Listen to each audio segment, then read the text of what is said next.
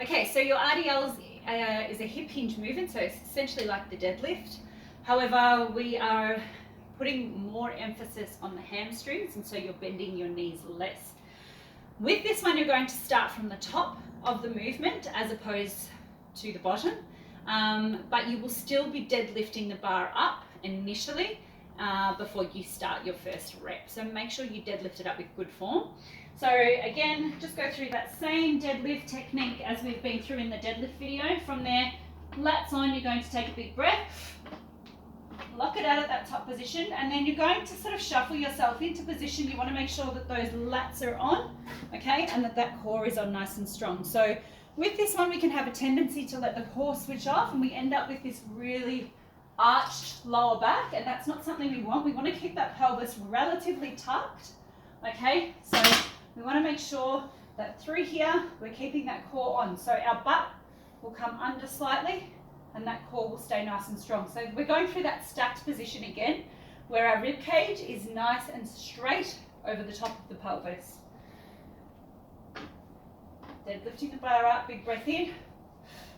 From here, all you need to think about doing is keeping those lats on. You're going to shave your legs with the bar as you stick your butt back, and keep it as close as you can, all the way down, squeezing the glutes again.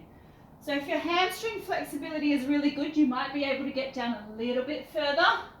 But the last thing you want to do is try and compensate by bending the knees like you would for your deadlift, or even worse than that, is rounding out with those shoulders. So come to the side, Phil. If you round out with those shoulders so you can get more range of motion, we're not having those lats switched on. So you want to make sure as you come down, you only go as far as you can get the stretch in the back of the hamstrings without bending the knees too much, as well as keeping those lats on from the side. Some of you guys might have tempo with this, so it might be 3 seconds down. 1, 2, 3, hold for 1, squeeze through. 1, 2, 3, squeeze. The last thing you want is for that bar to be away from the legs. Always keep the load really close to the body, and make sure that that core is on throughout the entire movement.